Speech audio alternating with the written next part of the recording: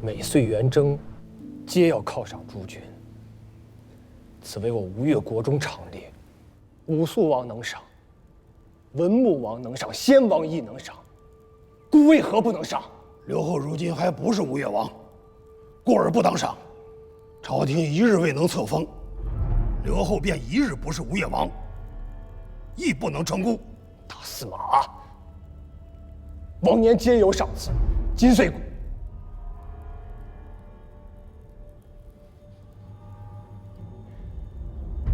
岁轮到吾做了刘后，偏偏没了赏赐，只怕军中将校心怀怨怼，凭空生出事端来。刘后多虑，军中法度森严，臣受3代先王恩义，执掌诸军，若有小小干犯军法，臣自诛之。以安刘后，以报先王。明明赏赐些许银券，便能安稳军心，消弭祸乱。大司马又何必非要杀人？刘后不曾领过兵，不晓军中之事，须知营武之中，最重赏罚。凡赏罚必有名目，必有生规。滥赏滥罚，乃是取货之道。吾方才已经说明白了，这是每年该有的元月赏赐，有名目，亦有成立，怎么变成滥赏滥罚了呢？每年都赏不假，诸军所得，皆是大王所奖。如今刘后还不是吴越王，故而不当赏。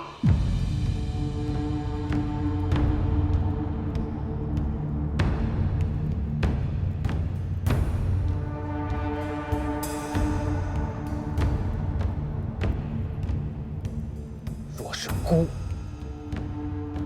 偏要赏。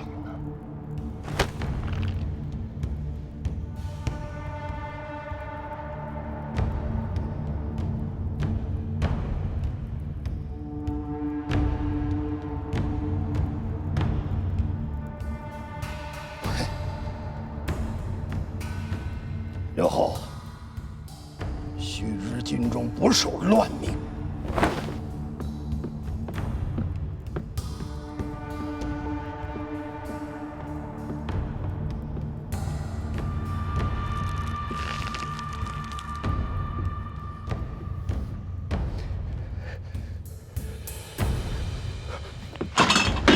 此人还是王庭，是个人，孰不可忍？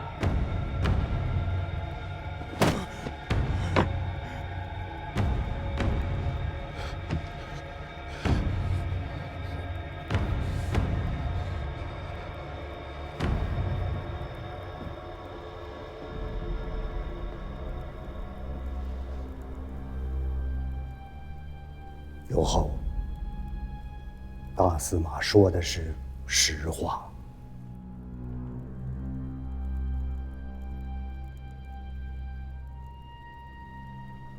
袁相公，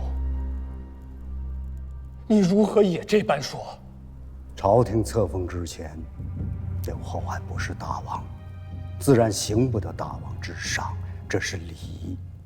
吴越立过东南，善事中原朝廷，守的便是一个礼字。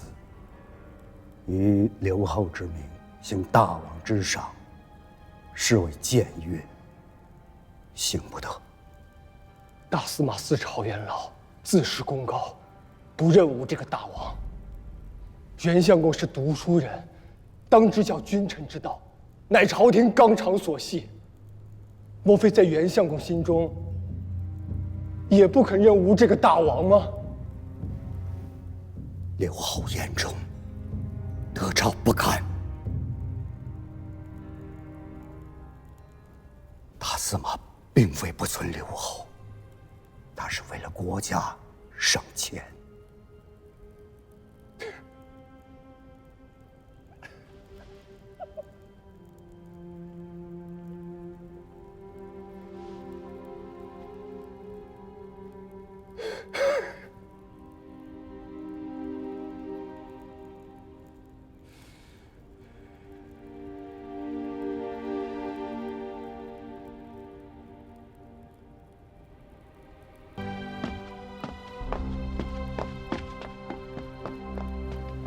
九郎，臣台州刺史钱弘处参见刘后。赶快起身，赶快起来！谢刘后，你总算回来了。你在台州的事儿，我跟王兄都听说了。王兄当日便说，九郎长进了，咱们宗室之内又出了一名臣。是我对不住六哥，从小到大不懂事，惹他生气，让他操心，可却从未想过，一国之政这么重的担子压在他一个人肩上，他有多难。行了，别光站着了，坐下说。来，坐。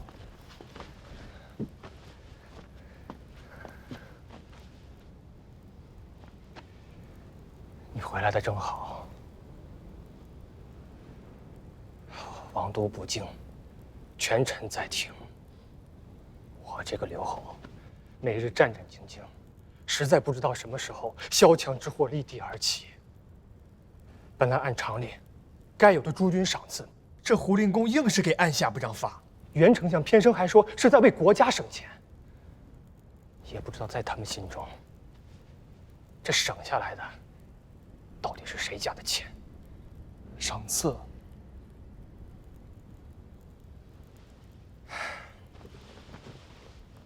每年元月的赏赐，到现在都没个说法。军中将校，此时不知如何的念叨我这个新任刘侯。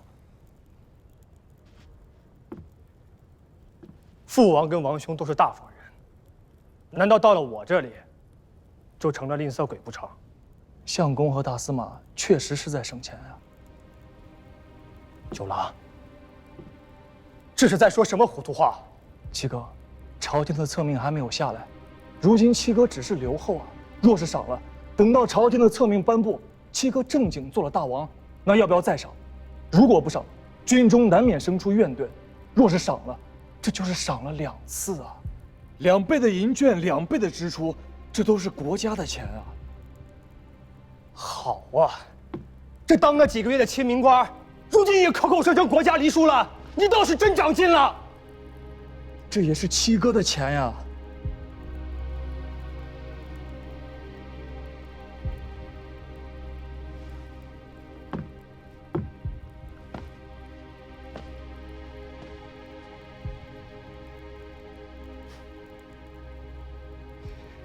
你是真的把我当成什么道理都不明白的昏王了？好赖话都听不出来了。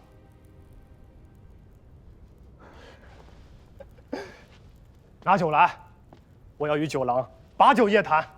诺，吴越啊是人家的，金银财帛也是人家的，他要赏啊，就让他赏便是了。不当家，难知柴米贵。父亲何必从中作恶人呢？这要让军校听了去，该怨怼到咱家头上了。先王死了，我却还没死呢。容不得毛孩子乱了朝纲。九郎回来了。人家毕竟是亲兄弟，或入相府，或掌军机，总得有个安置吧。儿子私下私存啊，这样对老父亲您不利。赏赐诸军的事情，父亲您不如依了他。他毕竟是留后，是现在吴越的军上，面子总须得过得去啊。你是把九郎长军拿走了你老子手上的兵权？哎呦，一个没见过世面的少年郎，父亲自然不会惧他。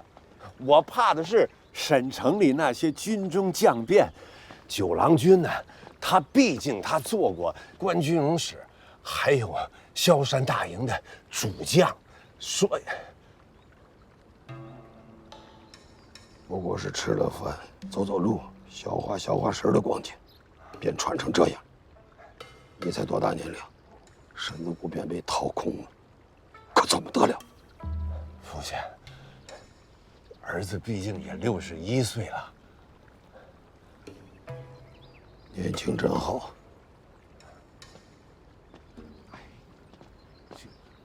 从征覆州，萧山夺印，是个杀过人的毛孩子，可惜了。可惜什么？可惜刘郎死得太早，否则他还是有机会的。